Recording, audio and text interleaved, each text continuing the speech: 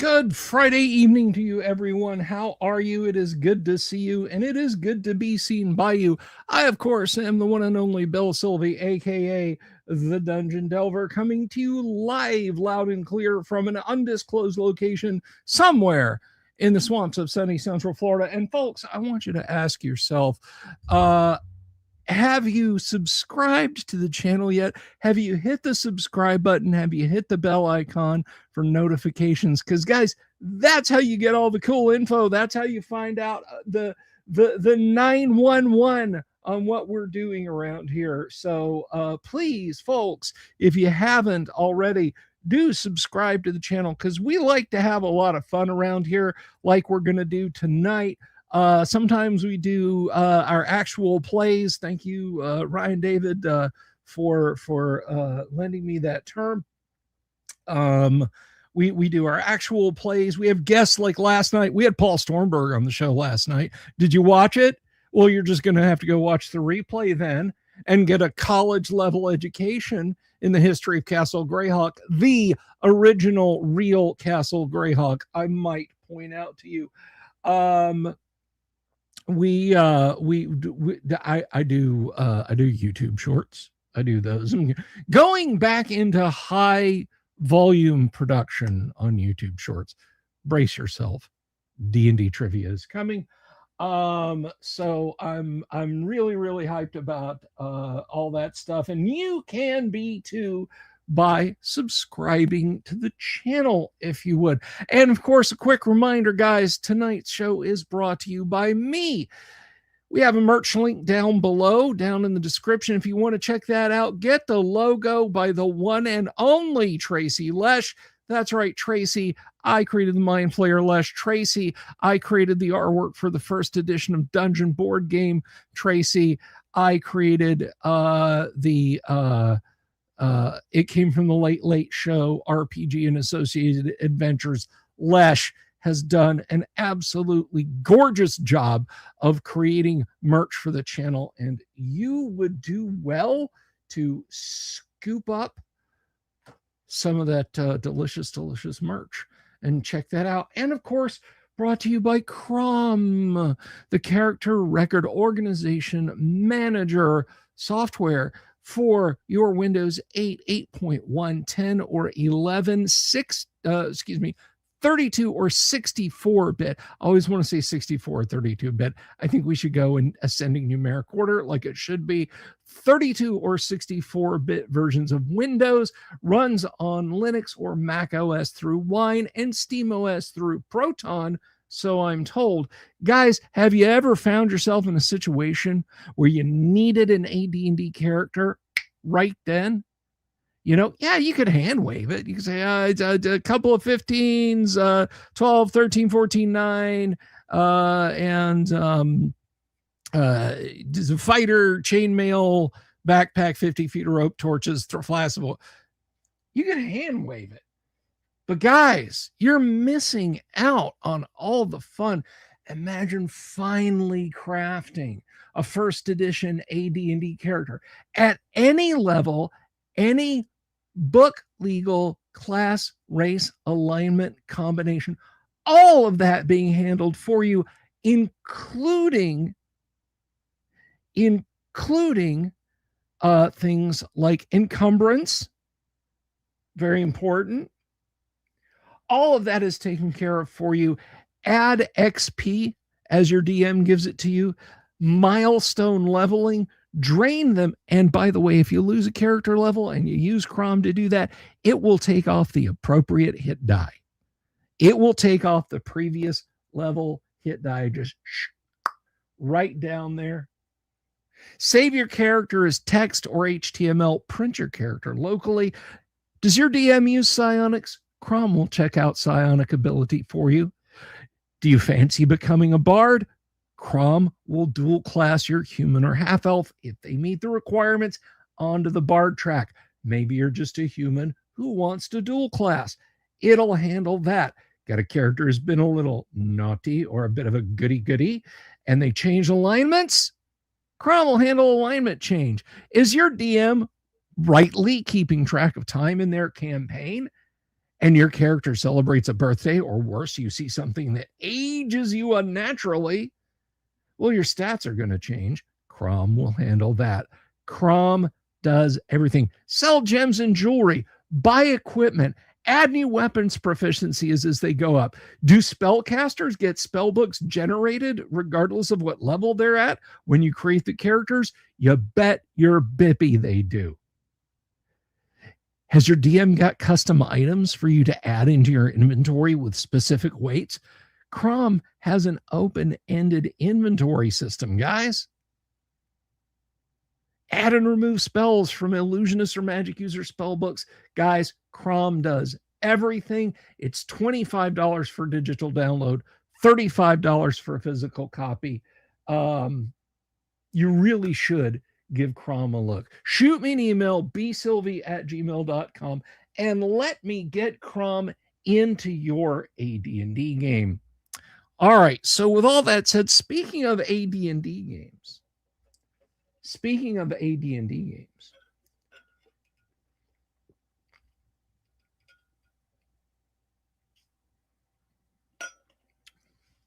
we have got a game for you guys tonight. We have got one of the classic AD&D modules queued up and ready to go, as the party is going to be facing a real test of their mettle in this classic AD&D module, Expedition of the Barrier Peaks. Now, why Expedition of the Barrier Peaks? Allow me to explain. You see, Fridays, typically, we have over the years, we've done Gamma World on Fridays, a little bit of Blade Runner on Fridays. Of course, we have our Halloween Shocktober Call of Cthulhu game that we do on Fridays. That's always oodles of fun, but you're sitting on it right now. But I wanted to kind of change things up a little bit. I wanted to get a little bit of D&D, but also a little bit of science fiction. To quote the man, do what I do. We have a classic D&D module here. It is called Expedition of the Barrier Peaks. It deals with the investigation of heretofore unknown phenomena in the world of Greyhawk. Now, the module is almost 50 years old, so spoiler alert, it's a spaceship that has crashed on the world of Greyhawk. How will fantasy adventurers cope with a ship full of technological items and weird alien monsters? Well, we're going to find out. We're going to find out tonight. Too soon? Sorry, dying breed. We're going to find out tonight how they are going to cope with technological and biological horrors, the likes of which their characters have never, ever seen. But anyway, so we're going to be bringing those folks on here in just a few minutes. To catch you guys up to the minute, last week, they had encountered a large group of hostile veg pygmies in one of the quarters of the crashed ship. They threw a lightning bolt down them and thought that they had vanquished them, but the veg pygmies just shook it off and kept on coming. And now the party is on their back foot as they have expended spells. They have employed swords and weaponry and all kinds of stuff to try and hold them off. When we left last week, as Kenneck wasn't here, she was a little under the weather, but she will be joining us tonight. She had cast Bigby's interposing hand, talk to the hand, and they were discussing what to do next. Now, one thing I should point out is last week we had the inimitable Scooter for Mike here as a player on the show. That was not just a guest pop in. He will be regular. He had a couple of work related things that have come up between now and not next week, but the week after. So we will see him when we see him. And I'm very much looking forward to that. That was not Mambo number 5. That was Manamana.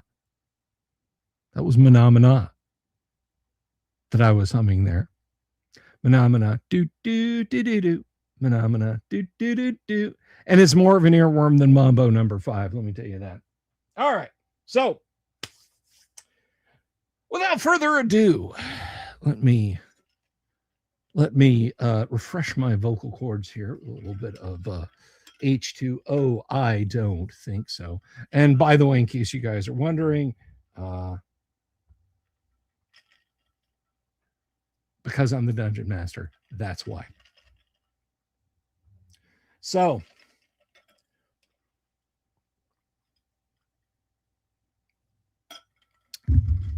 let us go ahead and welcome in our party of fun-loving adventurers,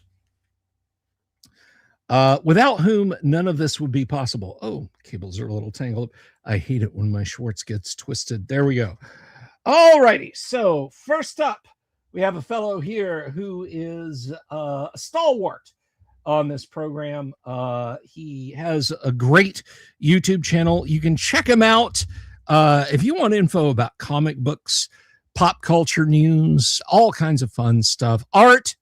Absolutely subscribe to his channel. And he is 1/3 of the Nerd Council of Doom that I also hold a seat on. And he plays AD&D with us on Tuesday. Truly a Renaissance man here at the Delver's Dungeon. Everybody, please welcome Yang Yen Zhao as Cleric Merowyn. Yang.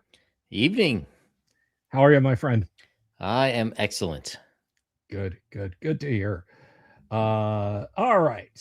And next up, we have one of our newer players here. This is now he had said to me something about setting up a YouTube channel, but we'll find out in just a second. Everybody, please put your hands together for Dan. As Dan, you're gonna have to what is your fighter's name, Dan? Aaron the Fighter. Aaron the Fighter, that's right. Aaron the Fighter, ready to fight tonight. And had you gotten your YouTube channel going yet, or there's some streams there. I've got some live play streams from when I'm running Hyperborea for Erudite DM and Lord Mattias and a few other guys. And oh my goodness, well, drop me a link. I'll put it down in the description. I've done a few like live stream hangouts with like RP Grandpa, and I will make a pre-recorded video one day. I promise. Yeah, unfortunately, the old YouTube engine doesn't really reward streams like it should, but it does not. But I have 4 dogs, a toddler, and a wife that, while she is only 5'4" and not a very small woman, walks around like how should I put this? Bigfoot. So there's just a lot of noise here. Well, just remember, dude, if she gets upset, tell her she's being hysterical and she should calm down. Yes, that'll go great. And if that doesn't work, just tell her she's acting like her mother. And yeah, okay. So, Bill, just a side question: do you have any potential second wives for me lined up? No, but I do have a futon you can crash on. All right, so excellent. That aside, speaking of wives, we welcome back from a week of convalescence everybody's favorite Wisconsinite when Heidi Gygax isn't a guest on the show anyway. Playing Pelter, the magic user, whom I assume with the spells left will run Pelter Skelter. And what do you people know from Funny? Everybody welcome Kanik as Pelter. Kanik! Hello. Yeah, hello. Yeah, I will. I don't mind playing second fiddle to Heidi. She's awesome. She is. She's great. And last but absolutely not least, we have a guy who actually joined us for Blade Runner and has stuck around for AD&D, at least Expedition to the Barrier Peaks. Everybody, please welcome Jason as Kara the Thief. Jason. Hello. Hello. How are you, my friend? Well, camera again is not working right when I wear the merch shirt. So but you are rocking some Delver merch right now. Yeah, I am. It's I on. can, It's there. I can sense it. I can sense it through the interwebs, as if millions of nerds had cried out in approval and were just as suddenly exalted. I don't know. All right. So last week, you had all taken a left turn after literally walling off one group of veg pygmies in a chamber. You had explored one of the strange metal corridors, and as you moved down it, with Kara taking point and exploring ahead, a large group of veg pygmies had begun to close in on you. A lightning bolt thrown by Pelter had knocked them all down, but then slowly, horribly, inexorably, they had merely gotten to their feet and continued assailing you. It was then that Pelter cast Big B's interposing hand and has got that up between you and the veg pygmies. But, and I should point this out, you know that spell, Big B's interposing hand, will only last a certain length of time, and then it will dissipate. So you guys need to decide what to do and how to do it, because they are trying to push their way through the Big B's interposing hand. And you created it to be basically the size of a storm giant. So they've only got one narrow little way to squeeze around it. So I know how what long is it'll your plan? last, correct? So I can gear up another spell before it's going to come down at the end, type of thing. Yes. So Big B's Okay. interposing hand is 1 round per level. And I'm 11th level, so You have 11 it'll rounds. last a or little bit. 1 turn plus 1 round. Nice. Nice, Dan. So any creature weighing less than 2,000 pounds, they certainly weigh less than 2,000 pounds, trying to push past it will be slowed to 1/2 normal movement. So it is up, and let's see, the size of the hand is determined. Human all the way to Titan sized. So Titan sized basically means this is about 3 or 4 feet wide. We're getting a little bit of crosstalk from somebody. Yeah, I think it's Jason. It started when he popped in. Yeah. Let me there you go. Thank you, Jason. Yeah. All right. So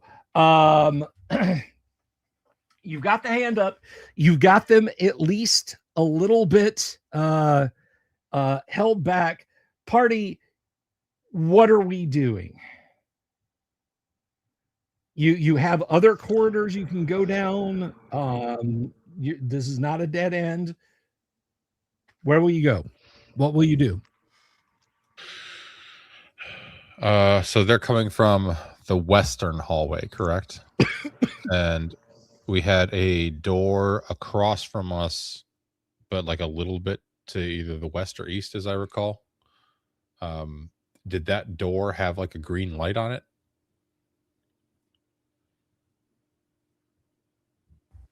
Sorry, some water went down my windpipe there. All right. Understood. Hope you're okay. No, I'm fine. I'm fine.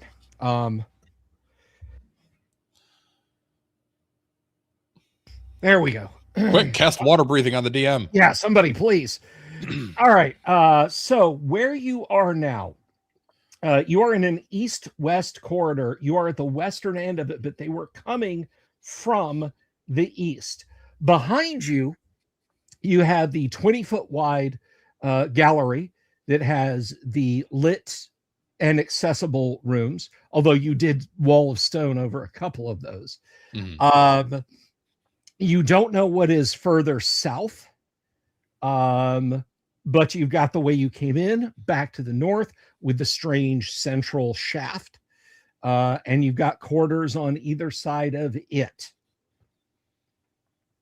I vote we go down the corridor opposite the Vegapygmy army and look for a door with a green light and then go through it. Thoughts? Sounds good. Works for me. Let's do it. Good idea. All right. So you guys are basically doing an about face and heading back through the direction you went. There was that small stand of shriekers and whatnot. If Tongues is still going, I'm gonna say later, dudes. It's it has long since shut down, but Darn. all right. So you are you're turning and moving away. Now they are moving at half speed. We should roll initiative though, just in case, but we'll do that in just a second because I want to see what the old veg pygmies do as far as their movement rate. Let's see. All right, so I know how fast they will be moving, trying to push their way past the hand. The ones that are trying to push their way past the hand, they're kind of having to come single file to try and get around it. But let's go ahead and roll initiative then to see who's going to move first, and we'll start then at the top of the order. Yang, yes, Yang. Roll a d6 for initiative, please. All right, A3.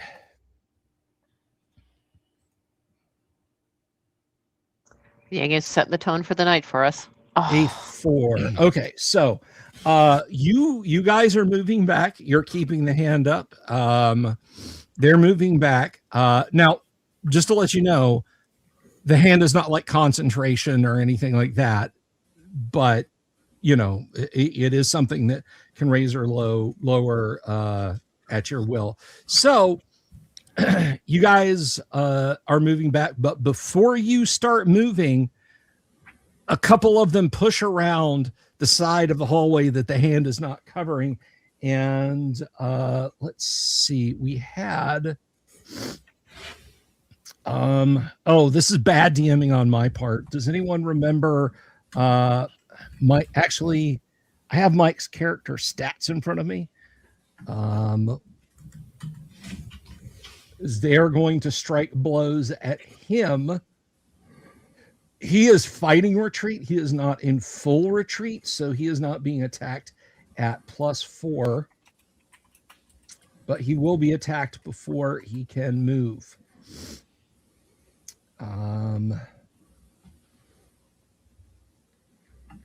All right, human fighter. Let's see. And he was the 12th level fighter. Yes. All right. So he's got a couple attacking him. A 15 and a 17. Let's see now. Attack matrices.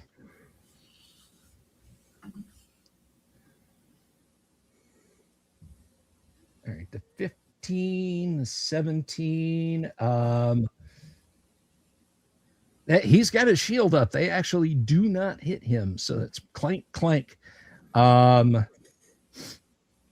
right, so you guys, with him kind of holding the way there, you move back at your nominal top speed, which is going to be, I think it's going to be a speed of 9 as you push down the hall. The shriekers are screaming, but that's okay because, you know,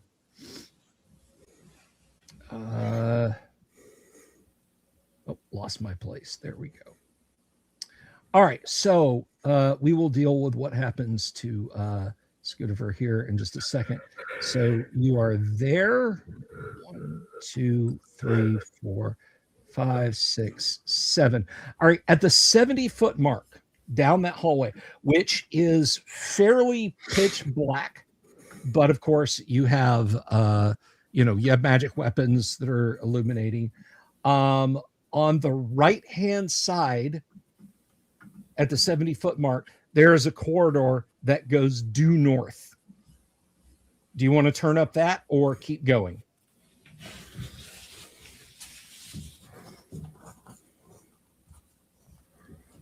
Let's turn north. All righty. Seeing that you guys are beginning to retreat, Mike's character turns and makes good. He is struck once and suffers 5 points of damage right between his shoulder blades. Blang! Ah! And he catches up with you guys as you are turning north.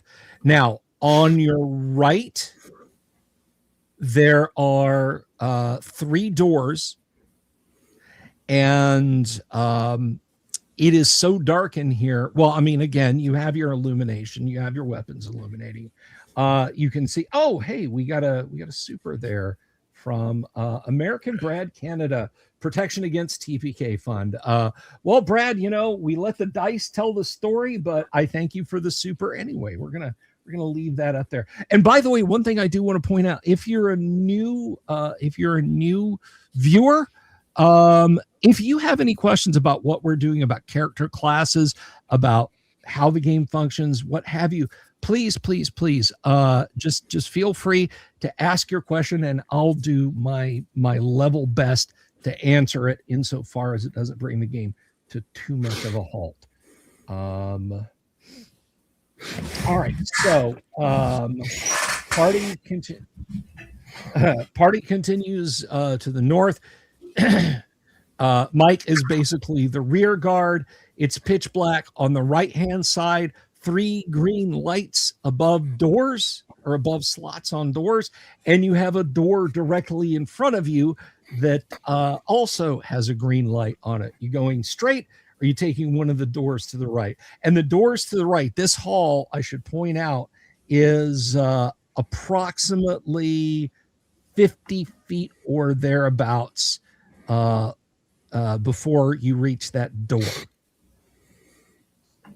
I would just like to point out that the majority of doors have had Vegapygmies behind them. That's true. I'm going to reach into my pouch. I'm going to bring out a wand. Okay. And I'm going to say, when we open the door, if they seem to be hostile, stand back. I will fire into the room. Okay. And what is that a wand of? That is a wand of frost. All righty. I vote we go through the door on the off chance it's empty. At least it gives us a choke point. All right. So, let me see here. So you guys, 10, 20, 30, 40, 50, 60, 70, 80, 90. Now, before we move again, now that you guys have kind of declared what you're doing, so you're going to go through the door to the north. Is that my understanding? I just want to know. Sounds good to me. Votes. Yep, Sure. I think that's what we're doing. All right. Whatever the first door is. Okay, so you're heading to the north. Let's go ahead and do an initiative roll. And Dan, this is your turn, please. Give us a D6 roll. 2. I got a 2. Party I got a 3. Okay, Hey. all right. So you guys, as soon as you get to the door, it slides open. This room is dark, but it is much larger. You all go in. Door slides shut. All right, so let me describe the room that you're in right now. That is If it makes a difference, I believe I still have my lantern lit.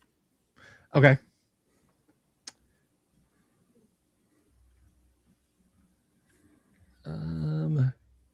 Is that what that is?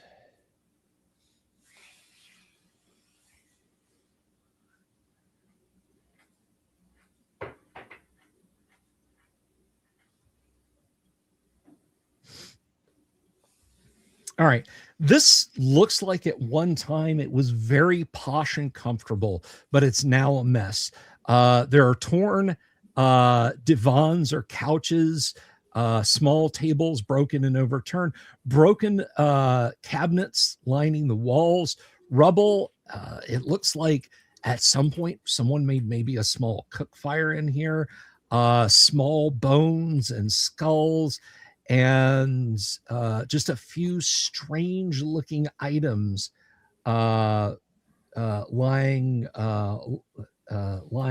scattered around here and there. So there's various junk and whatnot. Now let me make a quick.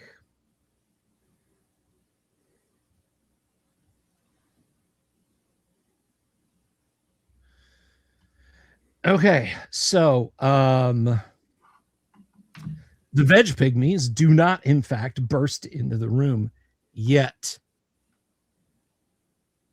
But this room is size-wise, you do have a lantern and you have other sources to give you guys an idea. It's a largish room. It's perhaps 50 feet by 30 feet. The far wall is 30 feet. There are the remains of pleasant looking tapestries and paintings along the walls. This looks like a place for relaxation. You're not 100% sure, but as I said, there's various odds and ends scattered around.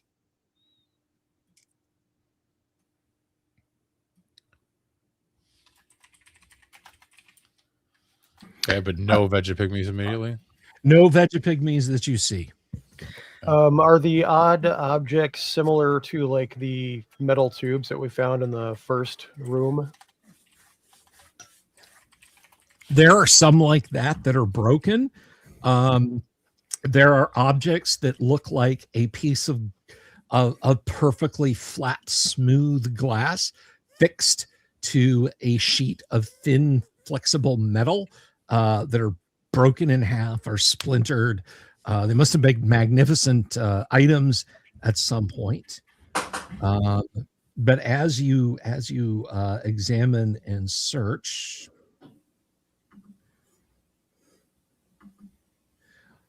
near a skeletal arm, you spy 3 pieces of jewelry. The gemstones, they seem to be opals, worth a not inconsiderable amount. Into the bag of holding they go. All righty, yes. So that is about 7,000 you estimate worth of opals on those bracelets, but the rest seems to be rot and ruin. Okay.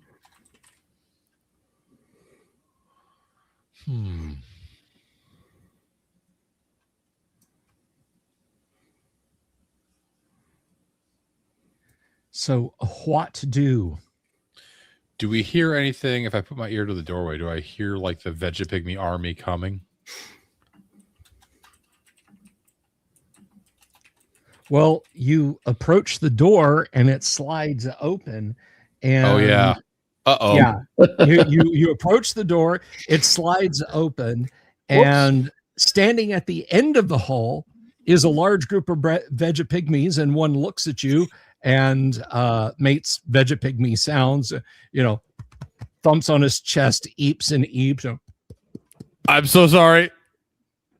And you are probably not surprised. Oops. No, you're not surprised. The Vegapygmies, they are also very not surprised, and they start. They prefer little plant people. Vegan pygmies. All right, so they begin to scramble toward you. Let's get everyone in the room. You hear this? So let's get the directions. What is Merowyn doing? She is going to begin to pray to her god, casting the 3rd level spell prayer. All right, so you are praying. All right. Okay, Dan, how about Aaron? What is Aaron doing?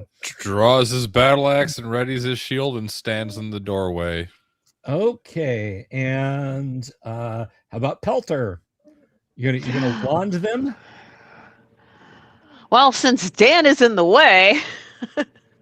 Well, he's not down. He's not down the hall where they are. I'm just standing in the Okay. doorway. So if he's not in the way, I will definitely fire off the wand.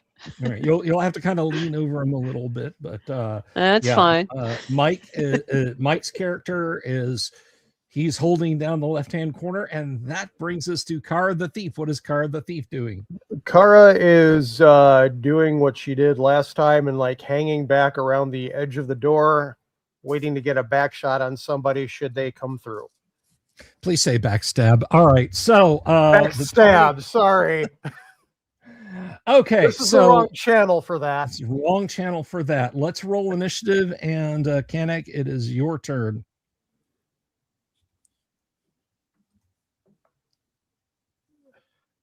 All right, party got a 4. I got a 2. Your wand will go first. There are about, it looks to be about 8 of them down there.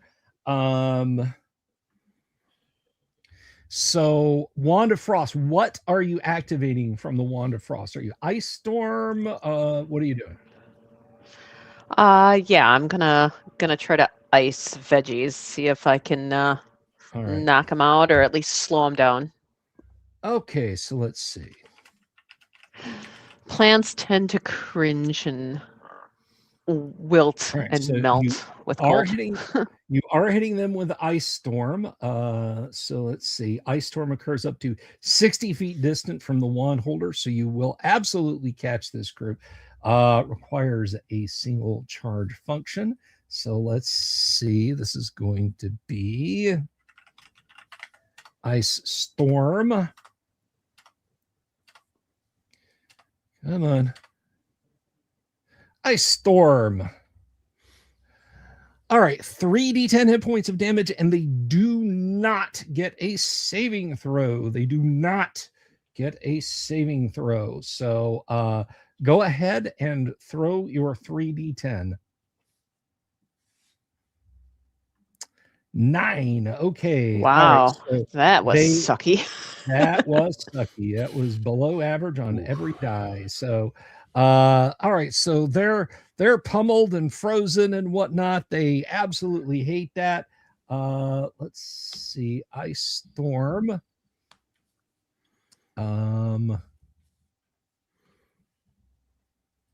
Just want to see if that is both blinds for the duration of the spell and causes thus slowing movement by 50% and making it 50% probable that the creatures will slip. Let me just double check and make sure that the good veg pygmies are not like immune to that or something, because that would be hilarious. I mean, that would be bad. Wait, what did I say? All right. So, ye old veg pygmies. I can't wait till you guys start finding tech items and I get to roll on all those charts, or you get to roll on all those charts. I hope we live that long. Well, hey, you found some treasure already. It's true. All right.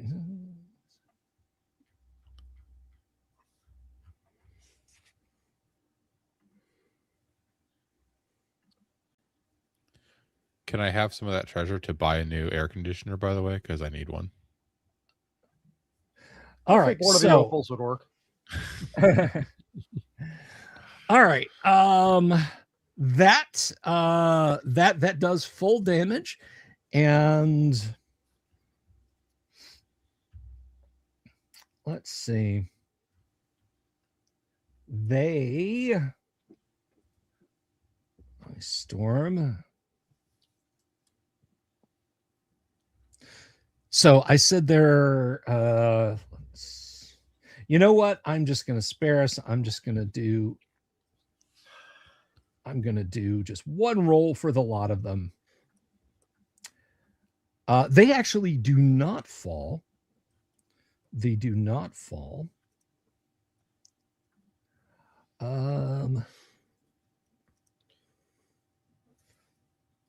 duration is 1 round, but basically for this round, they're blinded, so they are very angrily. They're yelling, and they don't know what to do. They don't know what to do. They're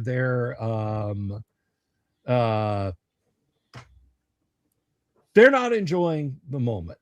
The rest of you guys just standing and waiting for them. Yep, waiting for them to come at me. All right, so prayer goes off. Prayer goes off, and prayer. This is one of those, is like bless, chant, prayer. I can never. Believe everybody gets +1 to attack. The enemies get -1 to attack, and I think players also get +1 to saving throws.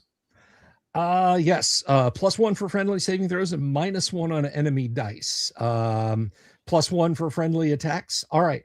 And that is 1 round per level. And your cleric is 9th level, I believe. I believe she's 10. 10. Yeah, 10. Okay. All right. So basically, you guys have got the effect of prayer for the next turn. You cast your prayer. You hold up your holy symbol, your prayer beads, and zang. All right.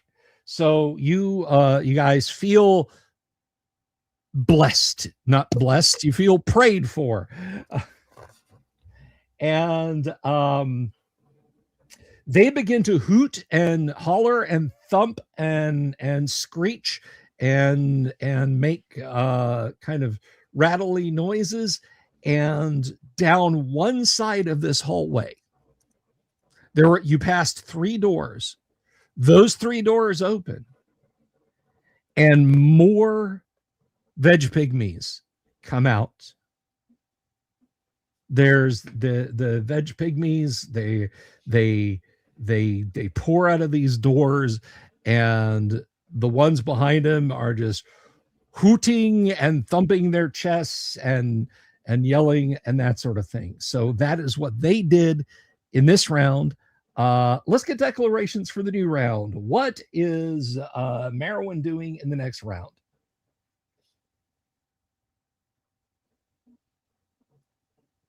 You're muted, Yang, if you're talking. All right. She is going to pull out her staff of striking. Okay. And strike. There should be some plant people close enough to you that you might even be able to strike in this round. Let's take a look at the map. How many charges are you using? Give me 1 second. I gotta bring up the description real quick. I will use 3 charges. You're not screwing around. So that strikes as a +3 to hit, +3 to damage, and does it do a D6 per charge? So using 3 charges, I believe it's 1d6 plus 9 damage. Oh, it's plus. Okay, so 1d6 plus 9. So yeah, you're gonna make coleslaw if you hit one of these things, hopefully. Jason's crying as a free action. All right. I have a t-shirt that says that. All right, Jason, how about Kara? You just kind of glance around the combing of this door, and there's just the hall is filling with vegetation. Well, considering they're already there, I'm going to try to sneak around behind one of them and do a back stab. Let me phrase that correctly. All right. Okay. You're gonna see if you can get a backstab in when they are fully engaged in melee. All right. Kennick, how about Pelter? Again, you can wand them again if you want. Considering we're going to be surrounded, I am going to cast a spell. You are not going to be surrounded. You guys are in the doorway of the room you're in. They are coming. Oh, okay. So, okay. They're not coming out of the walls. We're not going to. Not like aliens. There is a giant slab of beef between you and them. It's me. Yes. Okay. All right. Okay. I will use the wand again then.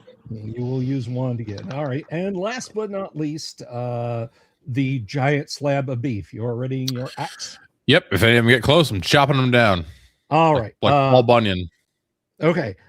Mike has his sword to hand, and he too is getting ready to chop them. Let's go ahead and roll initiative. And Jason, give us a d6.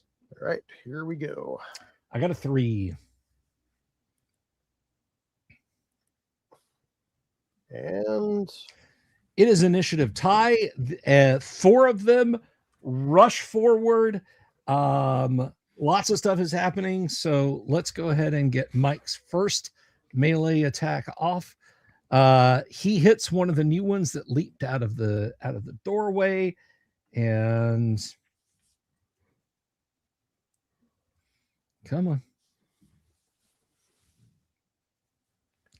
Yeah, this thing leaps up and he slices it in half. Just and it just collapses. Over to you there, Dan.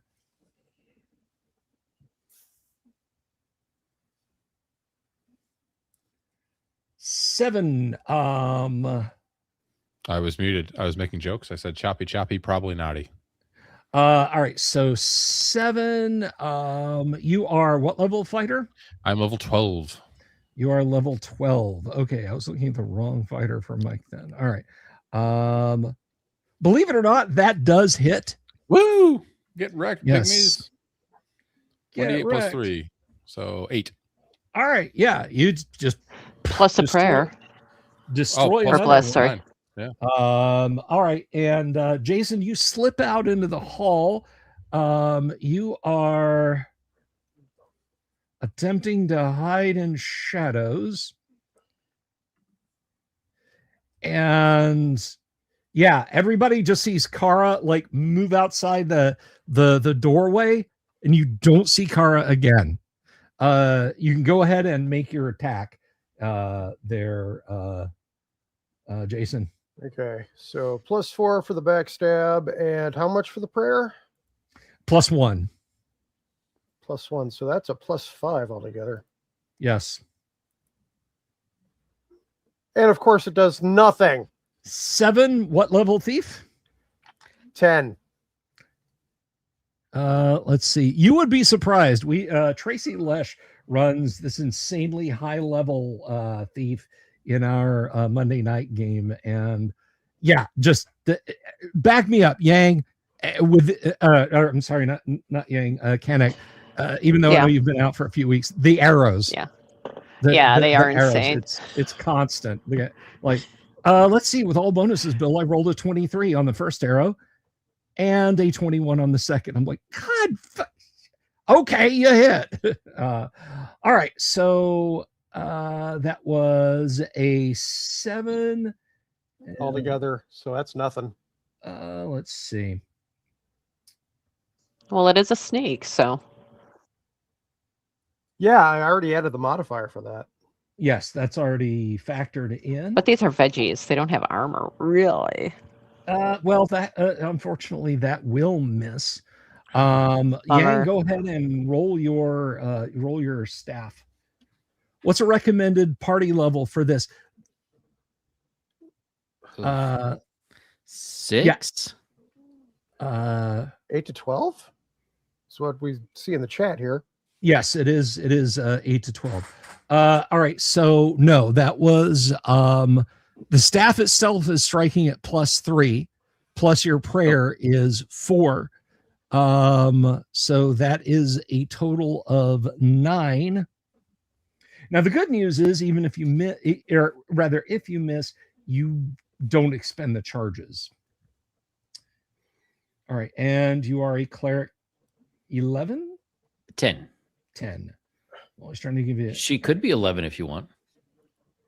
And that was a total of 9 that I said you rolled, correct? Yes.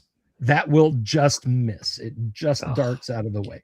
So they now there's a wand of frost. Wand of frost. What are you casting from the wand of frost? We're gonna try the Ice Storm again. See if it can do a little better this time. Okay. So that's going to be 3d10 again. No saving throw. Much better.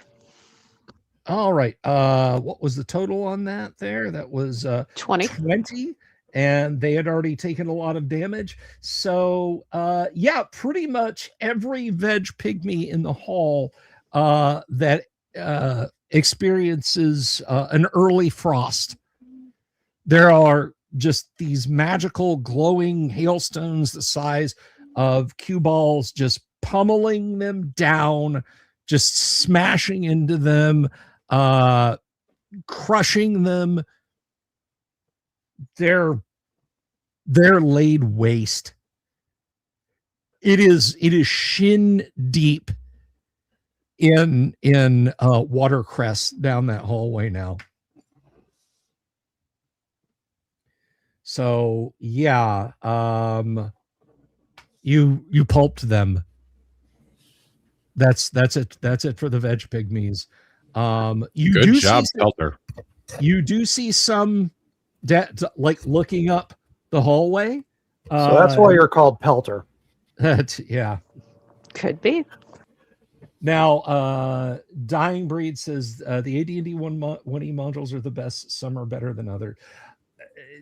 Let me tell you this. If it's published prior to 1983, odds are you've just got a banger of a module there. After that, once you start getting into the like Bane of Llewellyn, To Find a King, stuff like that, it kind of lives in the plot. All right, so they're wiped out. There's a few more up the hallway still. Prayer's still going. Yes, prayer is still going. Prayer has 8 more rounds to go. You guys should just kill them all.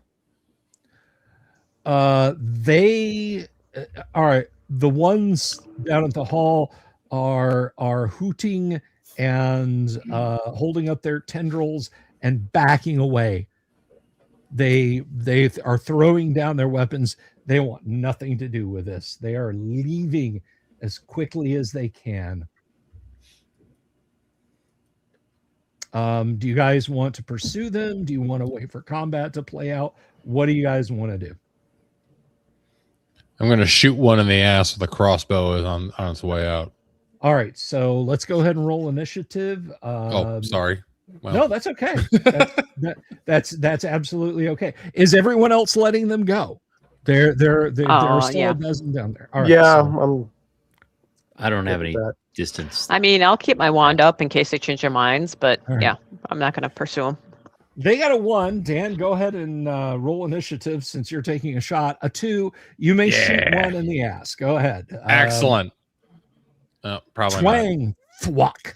It pings off the metal wall. They hear that, and they are just scattering. They are fleeing in terror. And don't you forget it. Yes. Meanwhile, on the frozen spinach aisle. So I forgot I couldn't listen to those doors. I apologize. That's Pelter. all right.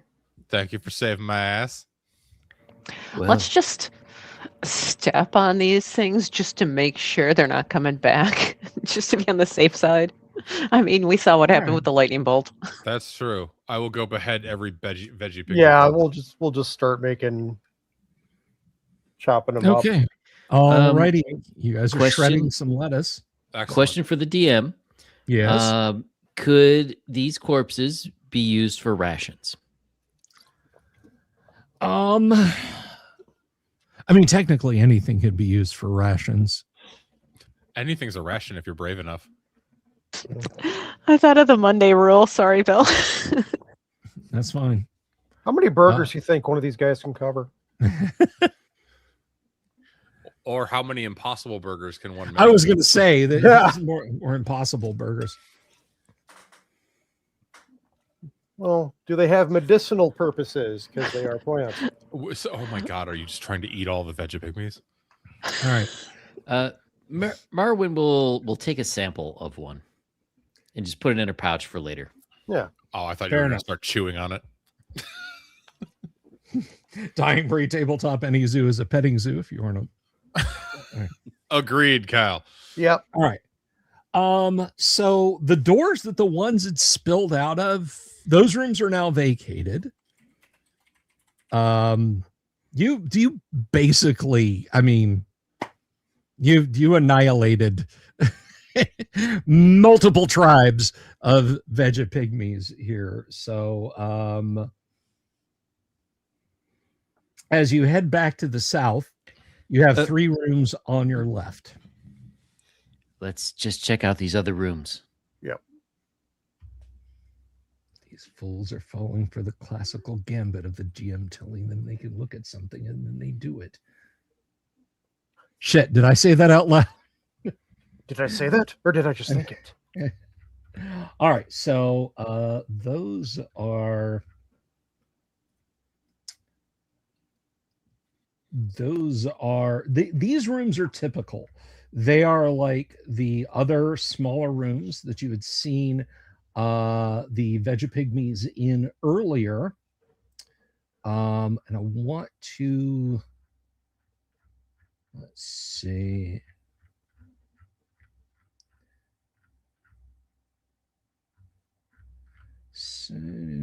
All right.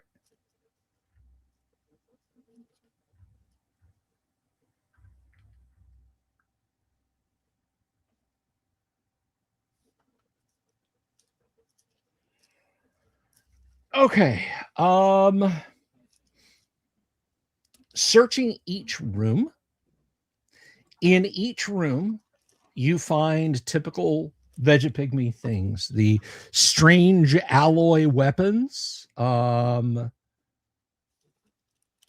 you also find amongst the rot and ruin, you find in each of the rooms. So you find a total of 3. They're plaques. They're perhaps 2 inches wide by 3 inches long, and they are jet black.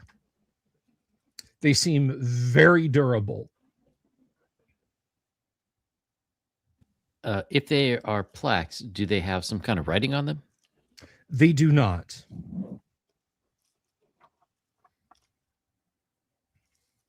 Are they matte black, shiny, any? Glossy. They're jet black. I take one and I go and see if it fits in the slot in the door. It does, and there's a sound like an angry bee, and the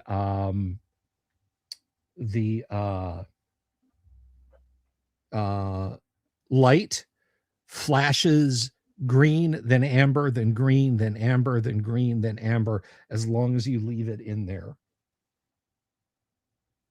I think we might have found a key to the other doors. Well, let's bring them all.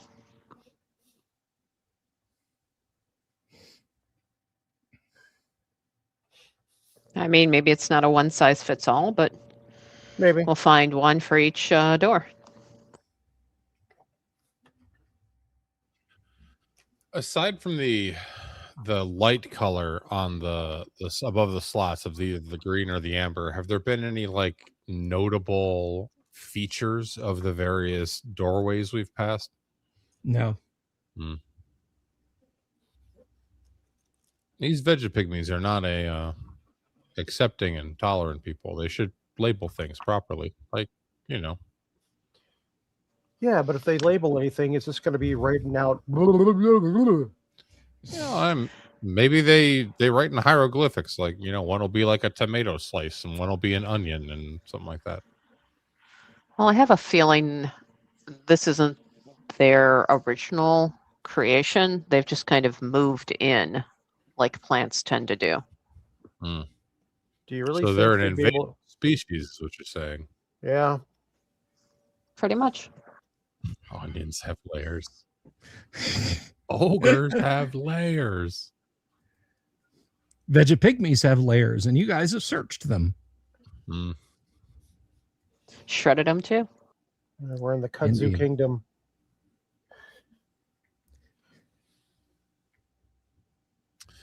Oh, you guys lead the way. Well, you're the strong man. Go for it. Okay. Point me in the direction you would like me to march. There's the room you were just in, Mhm. and the hallway that you're in is 50 feet to the south. Okay. Are there And any there's- other hallways or branches we haven't explored yet? No, you have searched all the rooms. You have found the black plaques, and that's about it. Let's try the then- plaques on the red doorways. See if it opens any of them. Yeah, the doorways that with Yeah. yellow lights that we were not able to enter. That's fair. That's fair. Let's try that. So I will lead the way back south the way we came. And they can try the doors behind me along the way, I guess. Now, I will point out, as you guys come to the 20-foot wide gallery that goes back north to the strange cylindrical well shaft that runs through the large entry vestibule, on the other side of this gallery, that is the hallway where the Vegapygmies had come from, immediately on the other side, on the south, there is a door. And there are other doors further along that way, as well as the doors to the north on the gallery leading back towards the entrance. So there are many doors, is what I'm saying. Should we go down the hallway the Vegapygmies came from and check that door? So we can visibly see it? I suppose it doesn't matter what order we go in, as long as we check them. Yeah, the All right, closest probably is the most methodical. I agree. We'll cross the hallway and go check out that door ahead on the right. Okay, so immediately on your right, on the south, on the far side there, the door slides open when you approach it, as they all do, Dan. The door slides open when you approach it. Thank you for the reminder, good DM, that I am in fact Hey, don't a mention dumb- it. dumb. I am here to help. All right. Okay, so the door slides open. This is a hard to describe room. There are cabinets roughly the size of a man, perhaps as wide. They are square. On one side of them, they have a shelf at approximately waist height. That shelf, many of them, it has a lever of some kind, topped with a small sphere, perhaps an inch or two in diameter. On that same side, just above the shelf, is a flat pane of glass. These flicker fitfully in bright colors and images that you can only guess at the meaning of. There are similarly sized cabinets that seem more like high benches standing on 4, sometimes 6 metal legs. Some of them are knocked over. Some of those are smashed. None of those seem to be operational, but those are all equally strangely brightly colored. There are looking at some of the devices here along one wall. There is a rail, like a banister, mounted along the floor at perhaps a little lower than chest height. There are 4 what can only be described as the grip stocks of crossbows, but they have no bows. The wall on the back of them has several multicolored lights pointing at it. You don't see any ticks or notches or holes where arrows would have struck, so you're not sure what this would have produced. I will walk over to the crossbow grip. Is there Okay. any sort of, like, is it magical? When I pick it up, does a crossbow appear on top of it? No. When you put your hands on it, you realize that it is mounted on a rod. It allows you to pivot it up, down, left, and right, but otherwise doesn't move. It's as though it was intended to remain here and only indicate targets on the far wall. You do note that it has several components that move. It has a forestock where you would rest your hand for your own crossbow. Seems to slide backwards when you apply any amount of pressure. The release catch for a crossbow is not there. Rather, there's a molded grip with a ring that encloses a small latch of some kind. And that latch moves when you touch it with your finger. It moves back perhaps a half an inch. When you're examining this and you touch it, give me a D6 roll, please.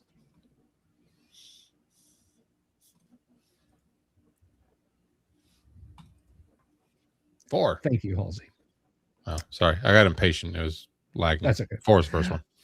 All right. So you are not surprised, given the strange nature of this place, you are not surprised. I will tell you in just a moment what it is that you see. What is Kara doing, Jason? Kara she's kind of enamored about the magical windows that are just glowing and shifting and wondering what the hell they're looking on. Because, like, we're inside the mountain here, or the hill, or wherever this place is. Is like, what is this showing? You're not at all sure. There's a handle. There are round, brightly colored studs that glow faintly from some inner illumination. Perhaps words, you're not sure if they're meant to be words or decoration, periodically flicker across the strange images you're seeing. What about Merowyn? What is Merowyn? I think she is not particularly happy about any of this. So she is going to search for any other usable goods. All right. So you're rooting around the room. And how about Pelter? Pelter is going to kind of look at the same thing that Kara is. Okay. Because it is interesting. Alrighty. See if she can figure it out.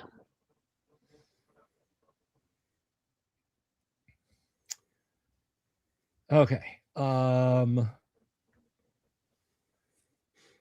So let's go back over to Dan because he was where we started. When you put your finger on the switch in the molded grip on the grip stock for this thing, what can only be described as a skeleton that gleams like bright polished steel, or at least an image of it is projected or appears on the wall behind you, and it's moving menacingly towards you. I will pull the latch while pointing the not crossbow at it. Give me a 2-hit roll. I can't roll a double-digit number tonight. All right. Is prayer still up? Yes, prayer is still up, so 8 becomes a 9. You feel a faint kick as if a heavy bolt was fired, but of course nothing flies off the end of it. The metal man raises a likewise device at you, ducks as though it's avoiding a missile of some kind, uses its similar weapon, and you feel a vibration like angry bees through the stock. It doesn't shock you, it doesn't hurt you.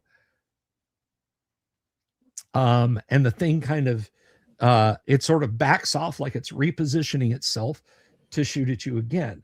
Kara and Pelter, you're standing in front of this cabinet, and it is this strange cabinet. It's this almost hypnotic display of multicolors in front of you. Are either one of you doing anything? I'm going to take a look at like some of the glowing things on the panel and like maybe try to see if I can pull them off because they kind of look like gems. Okay. I'm a thief. Pelter's gonna watch. We're gonna stand back and watch. Also, we probably both cringe when you hear the shot of the non-crossbow. All right, so you sort of work your dagger in, and let's see.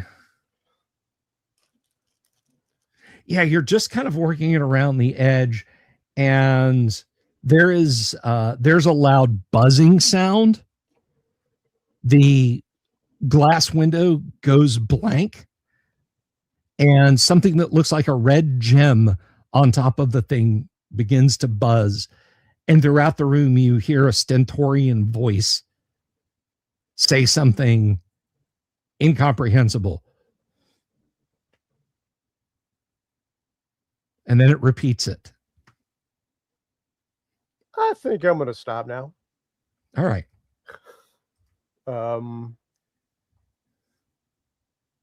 Everybody else hear that? Oh, yes. Everyone else heard that. I'm sure it's nothing. A minute or two passes. Dan, is Aaron continuing to duel with this foeman, this illusory foe? Aaron is going to grab his battle axe, hop over the desk, and cleave this son of a bitch in twain on account of axes work and whatever that thing is doesn't. Okay. All right. When you let go of the crossbow like device, it winks out of existence. I call out to my companions that there is sorceress bullshit afoot here. All right. Mike's character walks up. He examines another one of the cabinets, and he says, "What if?" And he touches one of the buttons. You all hear a loud fanfare of strange tinny music, and he holds his hands up and says, I didn't do anything. I on my honor, I did not do anything." But he leans back in and watches with rapt attention.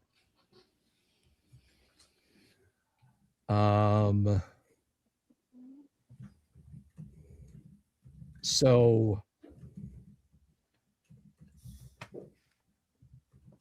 this strange room of amusements. What else do you do?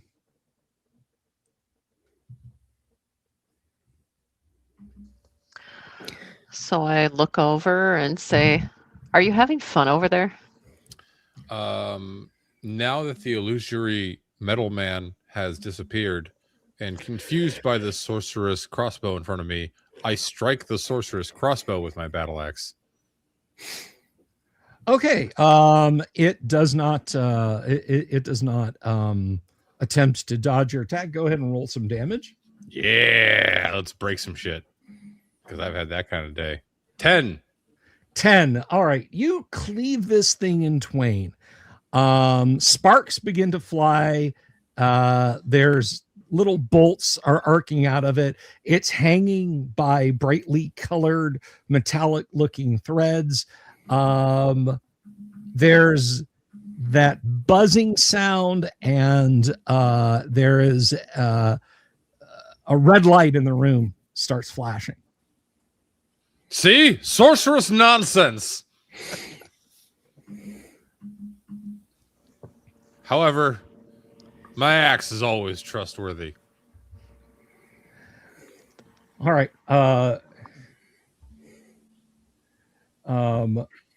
Mike has kind of picked up on what he's making stuff happen. He kind of moves the metal rod back and forth, and he's like, I don't know what's going on, but it's making music, I think. And yes, it's playing little Discord notes when he moves the little control handle around and pushes buttons.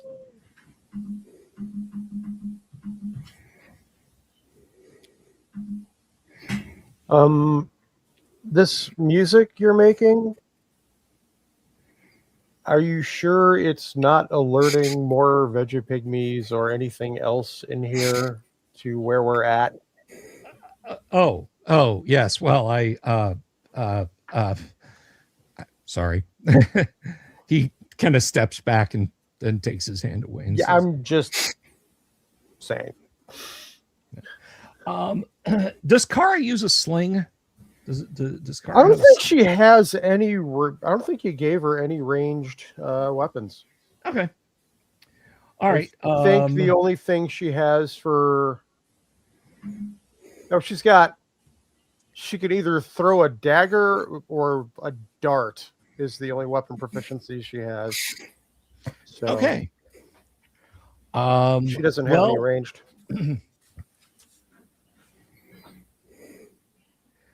All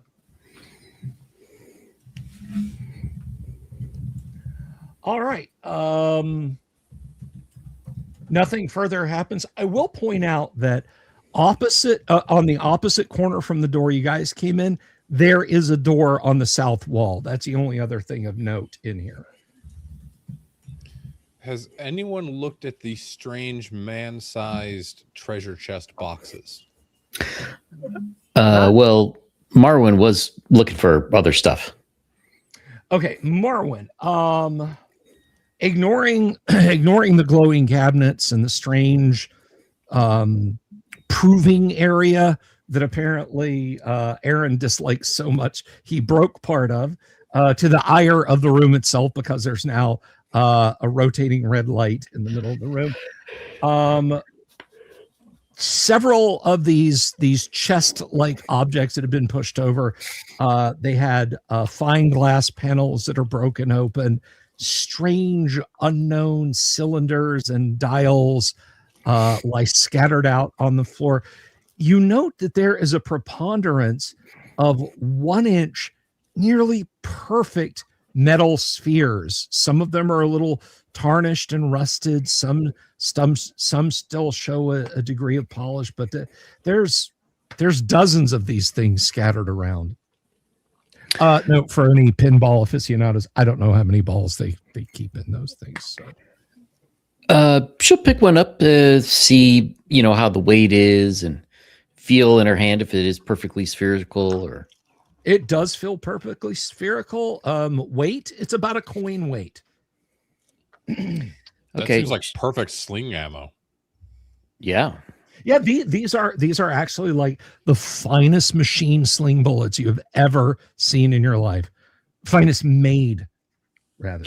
I was going to say, I look forward to going back to the keep on the Borderlands where the lathe and machinist are. Yeah. She'll wait, sorry, who's playing the thief? Dan I am. is the thief, right? No, I Oh, am. Sorry.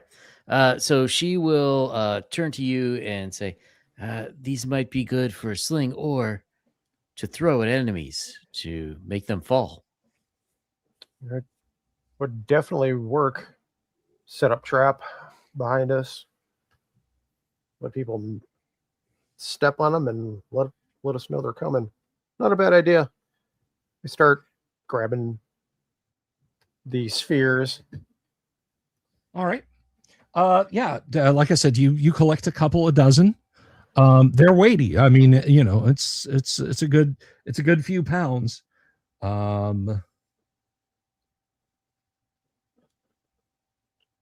But you have those. Okay. By the way, we have just hit 100 viewers. We are 57 folks watching over on X and 43 watching here on YouTube. Thank you, everyone, for tuning in tonight. All right. So, so you have those. At least two of these strange devices have been tampered with and rendered non-operational. But there are still some that are working.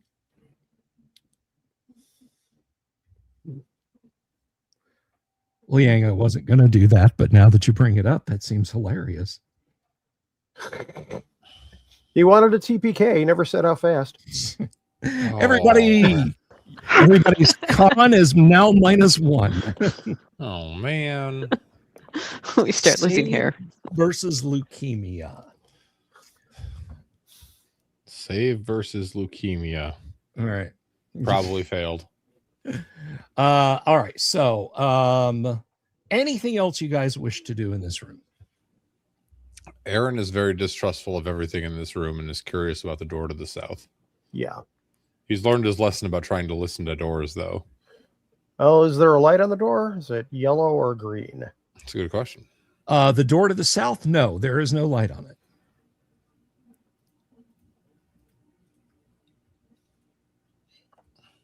I walk towards the door to the south. Okay, it slides open. You are looking out into a darkened hallway. It is 20 feet to the south. There is a bare wall. It goes both left and right. Right into the darkness and left into the darkness. But you do have enough illumination from the strange attractions in this room and the lights. So I believe that one of you said you have a lantern. Yeah, I have a lantern. Okay. The light spilling out. Yeah. You could see that to the left, there is a door about 20 feet down, actually a double door.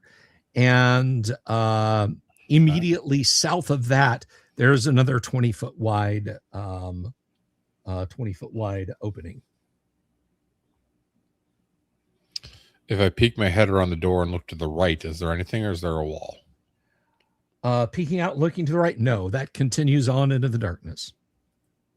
Well, more hallways, but I don't hear or see anything that's trying to murder us. Nope. There's very little murder happening right now. This pleases me greatly. Would you like more murder? Yes. Yes. / yes. Yes. All right. So I'm to your curious about is this the first double door we've seen? yes. I will approach the double door. Okay. Does anyone go with him to provide him a light source? Oh, I that's a good do. point. Thank you, buddy. Oh well, I mean, you have your sword, Oh, right? wait, kind of. I do have. I have a battle axe. Do magical. Or your battle glow? axe doesn't Yeah. glow. Battle axe does not glow. I So know. yes. yes, Gary hated all non-swords. damn right he did. Good for nothing battle axes. Although I will point out, so I consider, like, if Jim Ward wrote it for first edition AD&D rules wise, it's canonical, And if you go into the Dungeon Master's Assistant Volume 2 Characters and Treasures, you can get magic, intelligent, non-sword weapons. Like, you wind up with like a Volsglaive, a chaotic evil Volsglaive with an intelligence and an ego. So it is possible to have something non-sword, but also intelligent. All right, so going to the east, you go about 20 feet. There are double doors, and when you approach them, they cycle open. And let me tell you what you see. It is pitch black, but you have your, you of course have your light sources. And so there are broad tables here, long tables with benches. There are no, I'm sorry, not in this one. This one has smaller round tables with comfortable chairs about them. The furnishings are jumbled, and there's quite a number of skeletons and bones strewn around here. You see what look like dishes, like dining dishes that have been broken, thrown on the floor, that sort of thing. But there's nothing really there's nothing really that you see in the room proper. However, at the far end of the room, there is an opening, not a door, an opening. And there are let's see.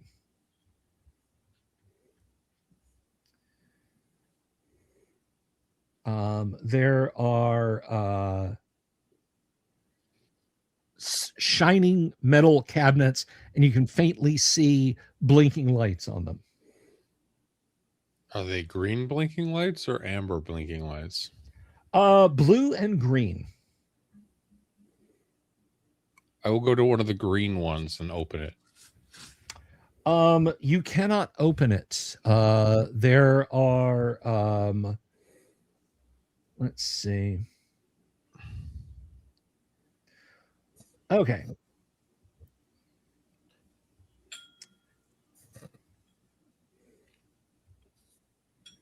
All right. So,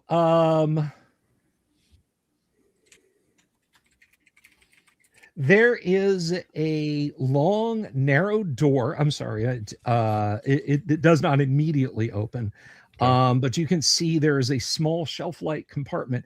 Near that is a dark glass plate with 4 rivets below it.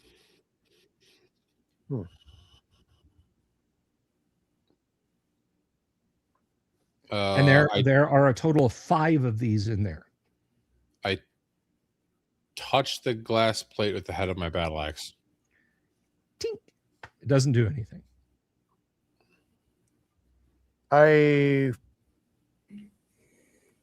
try one of the plates with one of the flat black plates that we got. Doesn't do anything. I'm going to try one more thing. I'm going to grab the little metal tube that we got in the front earlier in the adventure, and I'll try that. Just touching that. Nothing.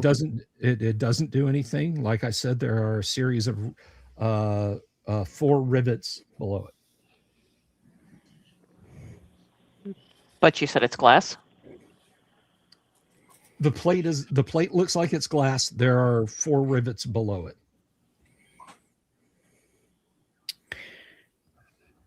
Marwyn will push one of the rivets with her mace. All right.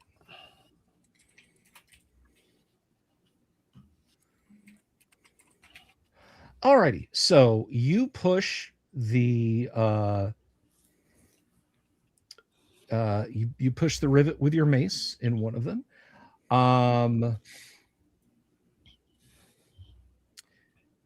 And that particular cabinet that you're in front of does nothing. However, I said there were 5 there. I was looking at the wrong part of the paragraph description. There are a total of 8. So now there are 7 in there that you haven't tried. They're all identical as to what I described. Did the rivet feel like it moved, or it actually feels like it's a rivet? Oh no, it moved in. It moved in perhaps a half an inch. Mike goes up and he says, perhaps the touch of a flesh is required. And he pulls off his gauntlet and looks kind of back and forth at you guys and says, here we go. Nothing happens with the cabinet that he touches. There are 6 cabinets left. Anyone else? Can we see through the glass what is in the cabinet? The glass, well, there's the door that doesn't open when you tug on it. You can see there's little shelves within there. But there are the glass panel, you cannot see through it. I mean, it's glass. We could try to break it out if we can't open it nicely. Well, maybe I can try to open it nicely. Like if I try to use pick locks on it. Sure. Let's see here. Go ahead and give me an open locks roll. Open locks is 77.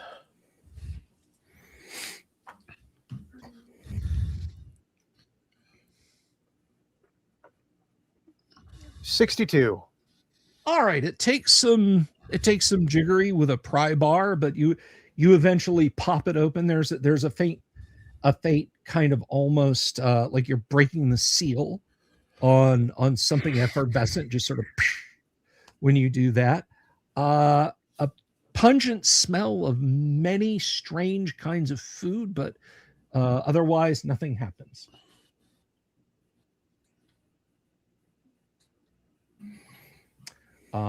Now, was this one of the ones that you had already pushed a button on, or a different one? This was a different one because I figured he was pushing the button, working on that while that was working on another one. All right. Yeah, nothing happens. There are 5 unexplored machines here. Anyone else? Dan, you've pushed it with your axe. Do you wish to push it with your finger? Or a different one?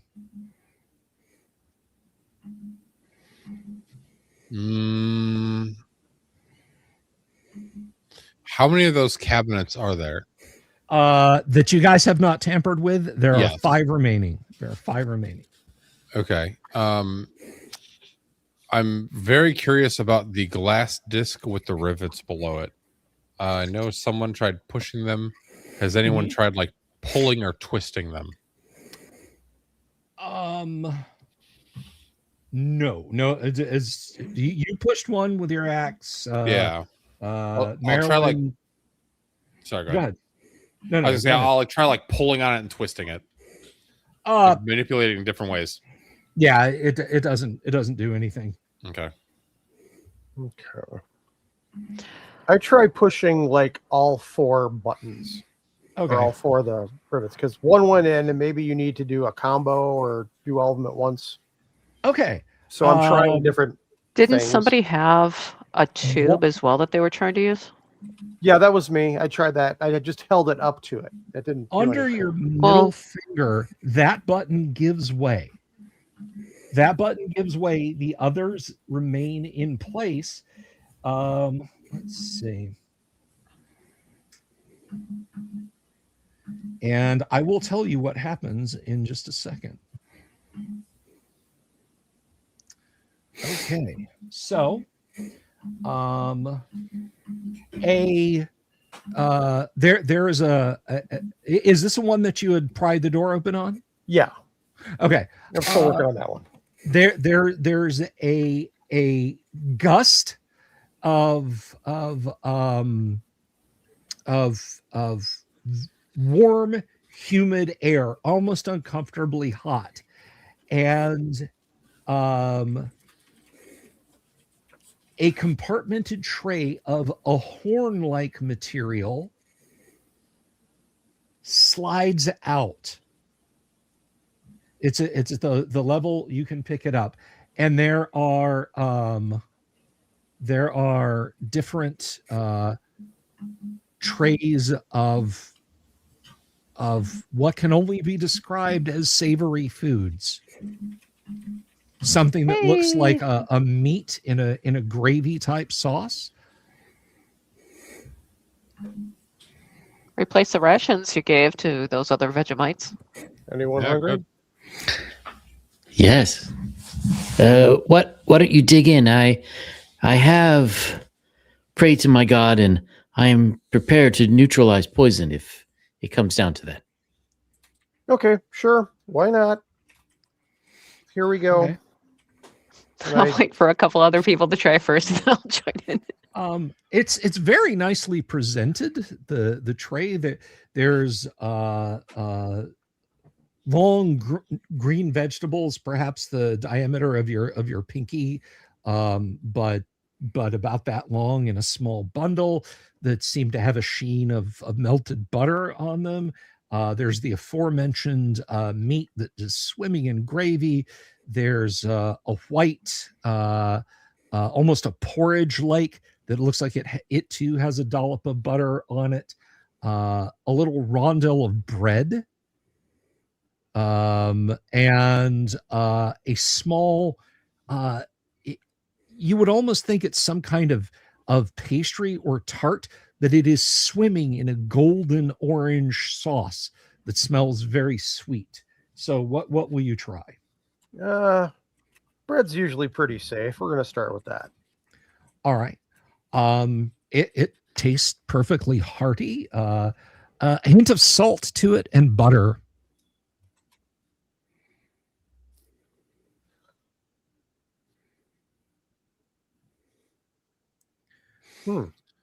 Is there anything on the spread that appears to be meat? Oh yeah. Yes, there's about that big piece of meat in a brownish gravy. Aaron eats it. All right, so Hopefully, this Aaron, isn't the ghost feast in Castle Amber. Aaron just reaches over and grabs it off the plate and eats it. Yep, 100%. All right. It is almost scalding hot. Oh shit! But yeah. I mean, you scoop it up, you pop it in your ha. It's savory, oniony, some other flavors you don't recognize, but it's quite good actually. I eat more. All right, you're so Kara, the bread is good. Anybody else diving in? Sure. When it seems safe, Marwin will try something. The thing in amber liquid. Okay. That is a very fruity tasting item. It's got a thick layer of pastry. It's very sticky, but it's also got a good tang of fruit. It's good stuff. McNorrell Chorts. No, it's not McNorrell Chorts. I'll also sample some too. What are you having? The meat's gone. I'll- Aaron is like wiping my gravy out of gosh. his beard. Fine. Sorry. Well, we got the vegetables. I'll take some left bread and I'll dip it in what's left of the gravy, because I'm sure he didn't lick that clean. I'm hoping not. Anyway, Aaron, did you lean over and lick the gravy? 100%. Okay, sorry. fine. I'll dip it in the butter-looking sauce then. the white porridge. There's the white porridge stuff. Okay. You dip that in and you taste it, and it's It's buttery. It's a little on the bland side. It tastes like potatoes that have been boiled and then mashed into a paste. Like the inside of a potato. None of the skin that's the actual good hearty eating of a potato, but like the inside of a potato that's been scraped out, mashed into a paste. And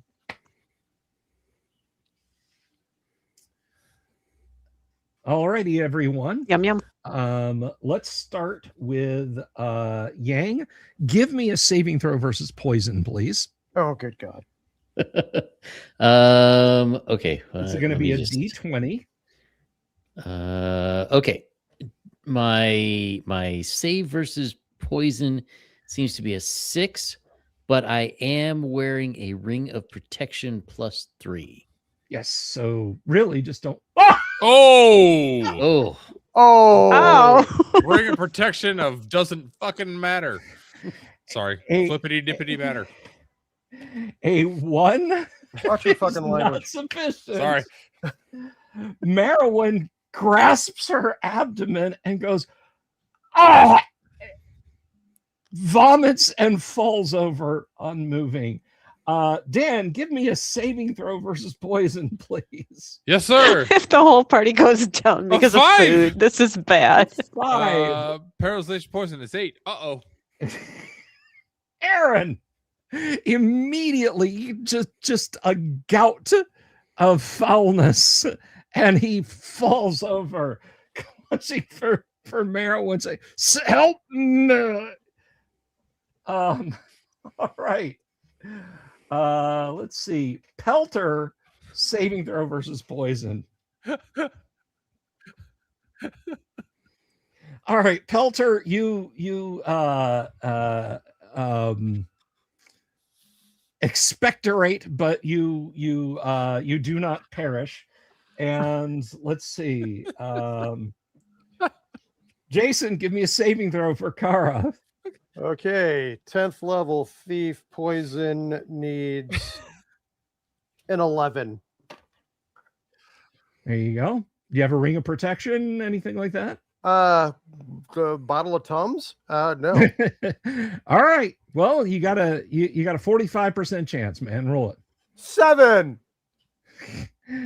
Kara's- My God, all I had was the bread. What about the bread? Has the bread got poison in it? Yes. All right. We're down to let's see. Merowyn and Kara. Pelter, you're fine. No, luck, it's just Pelter. Mike. It's just Mike. Have you rolled yet, Kenny? Did you just roll? I don't think she did. All right, roll it. Oh, I did. I rolled a 12. Oh, that's right. You had the 12. Okay. And Mike? Yeah. Let's see. Mike doesn't make it either. FUD. So all of your comrades lie unmoving on the deck of the ship around you. The aroma, that sweet aroma of food, overlaid with a tang of vomit and other bodily fluids, as you look in horror around you at their expired forms lying on the deck floor. Yes, you did, Dan. That's amazing. Not robots, not radiation, not russet mold, not the frog hemoth, not the wolf in sheep's clothing, not the horrible thing on the cover. Ship's rations. All right, Kennick, you're still alive.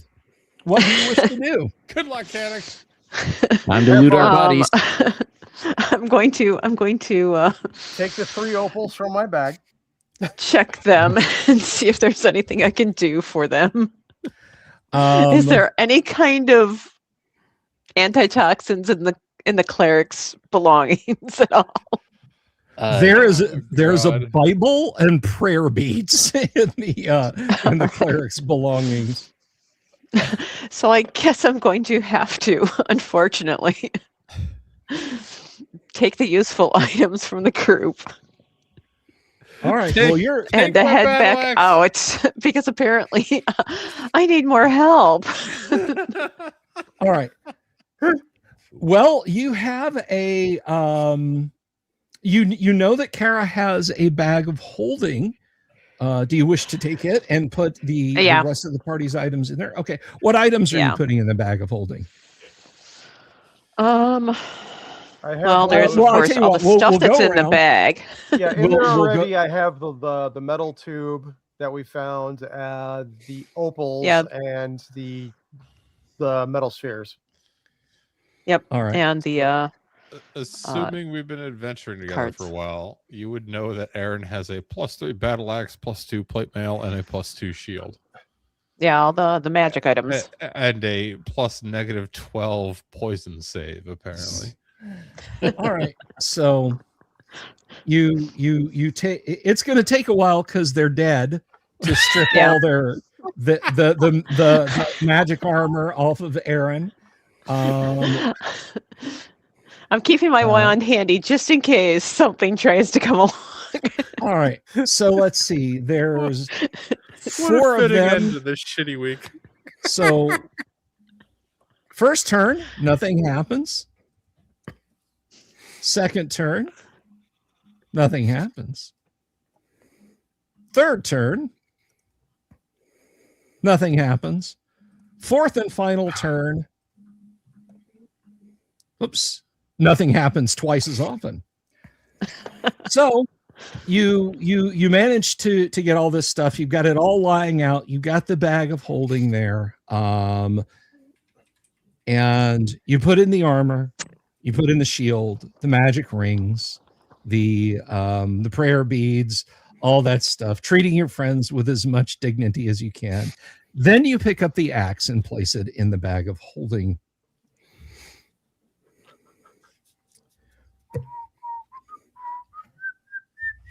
Well, do I think that it's going to fit in the bag, or do I think it would cut the bag? Oh, the bag of holding has lots of room in it. You can just toss it right in there. Oh, goodbye everything to the astral plane. Yeah, it's 2 feet by 4 feet, and it's a non-dimensional space inside, bigger than the outside. I mean, because I'm a magic user, would I think that there's certain items that shouldn't go in the bag? Well, I don't know. I mean, an axe isn't necessarily, it has a sharp edge to it. You tell me. You're otherwise going to have to be carrying that axe with you. Or do you want to put it in the bag? No, I'll carry the axe. All right. I'm just kind of thinking it's got these blades that it's not like a sword in a sheath that, you know. I need an explanation there. I'm blaming Yang. You put this into the universe. He kept wanting a TPK. He kept mentioning it in the comments and earlier. So like he's the one who put it out there. You cannot blame the fighter for eating the slab of meat. American Brad Canada. I'm sorry, that was $5 badly spent. All right. I thought the bread was going to be safe, man. That's why I didn't go for the animal product or the vegetables. It's like, it's bread. Come on. All right. Okay. So you're dragging this now 45-pound bag out with you. Where are you going? What direction are you going, Kenneth? I'm going back to get out. Where are you going? What direction are you going, Kenneth? Okay. I didn't ask you what your intention was. I'm asking you what direction you're going. Boom, roasted. Okay, so I am going to be going back the hallway we went, which is right behind us, which I believe would be to the west. All right. So you step out in the You leave the dining area and you're now back in the 20-foot wide gallery. It goes to your left, to the south, into darkness, and you can see exactly 0 feet in front of your face. I have the lantern with me. Okay. All right. So with one hand, I wouldn't you're have left the carrying- lantern. With one hand, you're carrying the bag of holding. With your other hand, you're carrying the lantern. And with your other hand, you're carrying the magic battle. Wait a Well, minute. wouldn't the bag be attached to my belt? It's 45 pounds. It's going to pull your pants down. But if that's what you're into, sure. I have robes, but I do have a belt too. All right. You fix it to your belt. You're moving at about 6 inches per round. So 1, 2, 3, 4, 5, 6. Okay, you come to an intersection. On the right, there's a 20-foot wide hallway that leads north, and the hallway you're in continues on. You can see that there is a turn to the left if you continue forward, and there are doors on the right. And yeah, so are you turning right? Are you continuing on and turning left? I'm continuing on and turning left. Okay. So let's see. That is 1, 2, 3, 4, 5, 6. All right. Let me see here.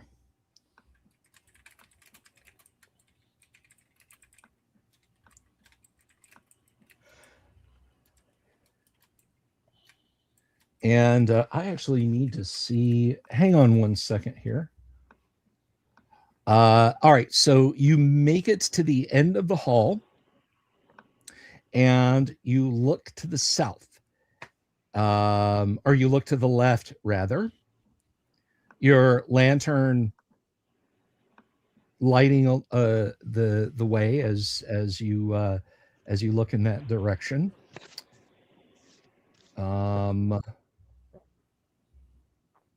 The hall continues on to the left.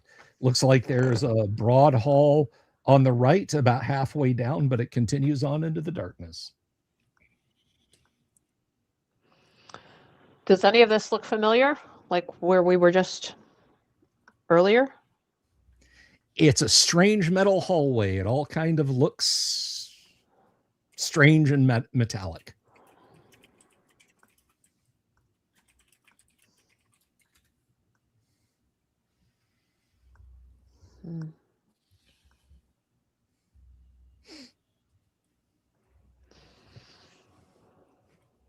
What do?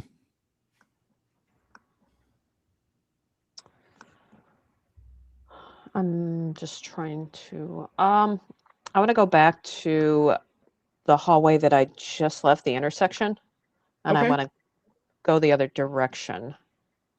All right, so you want to go back to the first intersection. Yep. And then go north instead of this direction. Okay. Yep. Alrighty, so you continue on a ways.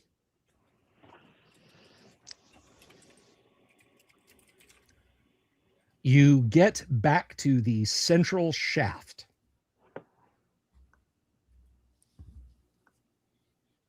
And you have hallway to the left, hallway to the right, doors in front of you. On the other side of the shaft, I should say. Okay. I'm going to go to the left. Okay. All right. You turn and you start going left. There is a door on the south side. There's a door on the north side. The door on the south has a green light above a slot. The door on the north has an amber light above a slot, and that slot is a violet color.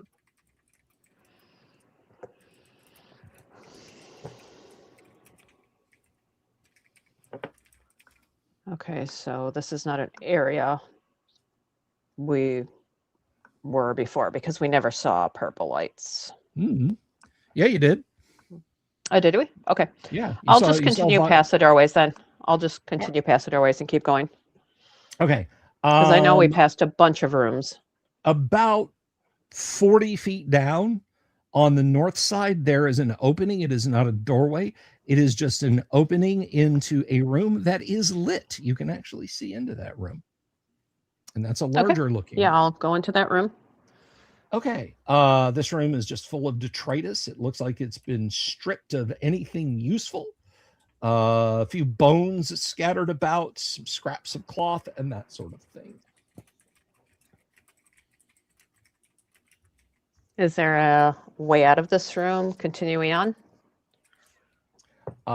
No. The north wall of this room curves slightly, like it's following a curvilinear shape, but it is the other walls, the wall to the south, that is where you came in, and to the left and to the right, those are straight.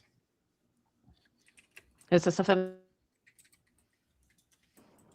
You broke up, Kennick. Is it what? Is this a familiar room that we had explored before?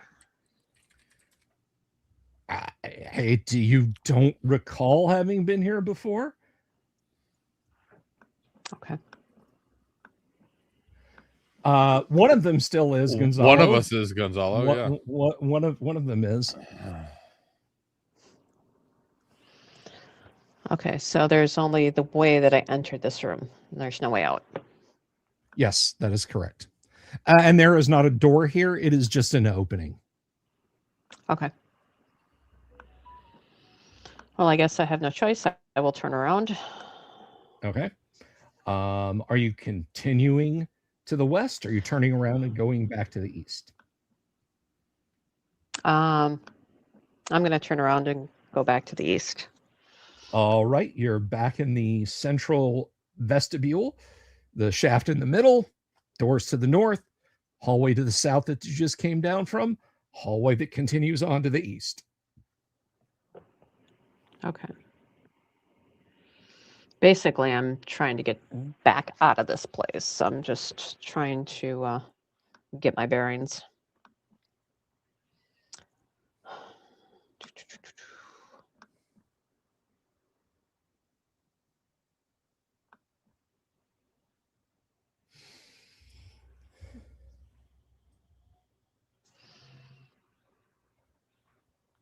So I guess let's, can I go forward then? Sorry. You mean keep going east? Yeah, let's keep Sure. going east. Okay. You walk around the shaft. You continue into the darkness to the east. There are doors on the left-hand side of this 20-foot wide hallway. There are doors on the right-hand side. The doors on the right-hand side and on the left-hand side all have amber lights above them. The all have slots with amber lights above them. The doors on the right, or at least the first door on the right that you see, has a jet black slot with an amber light above it.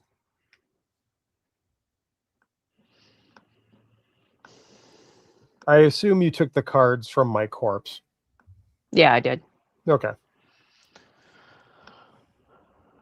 I just know that we didn't need them to get out, so I'm not going to be plugging cards in and encountering more Veja pygmies as I go. As if that will stop Veja pygmies from showing up. I know. But not this time. All right, as you stand there in indecision, wondering whether you should go on, turn around, or lay down and await the inevitable, we will return next week. Well, one of you will return. Convenient, since I'm at North Texas next week. Well, we can certainly absolutely have you guys take on new characters to enter the spacecraft with. So let's see. Oh, look. You have to ban a moron in your chat. Yes, I see that. Ban user and delete their comments. There we go. That's done. My apologies to everyone for that. So, thank you everyone for participating tonight. I hope to see you all next week. Dan, even though you'll be at North Texas, if you want to. My games are done by about the time you start on Friday, so I plan on being there. Excellent. If something comes up, I'll let you know. I had a ton of fun, and I got killed by a steak, and I'm really sad. I guess you could say I put a stake in your character. Rude. All right. Well, thank you very much, Yang, for being here. Dan, I certainly hope things get better. It'll be fine. And of course, Kanek is still struggling along. Jason, thank you very much for being here. And we'll see you guys next week. As for me, tomorrow, busy day, lots of stuff to do. You won't see me around, but maybe Kanek will get lucky and meet a friendly owl bear who can show her the way out of the spaceship wreck. But you'll just have to tune in and find out. Good night, everybody. Love you all. I will see you next week. Have you seen my owl bear?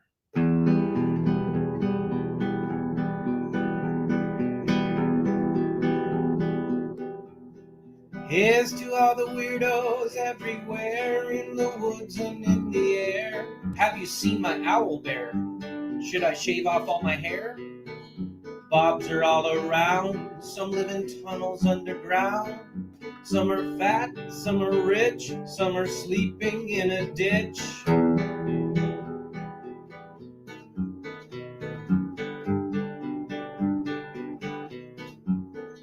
Can you ride a crooked horse without a saddle way off course? Naked as a toad all the way to Smoky Joe's. Have you seen the little creep driving fast in his little green Jeep? He smells like fish and brandy, but his rotten teeth look dandy. Take me to the show, I don't care if fast or slow. From action flicks to dancing dicks, just take me to the show.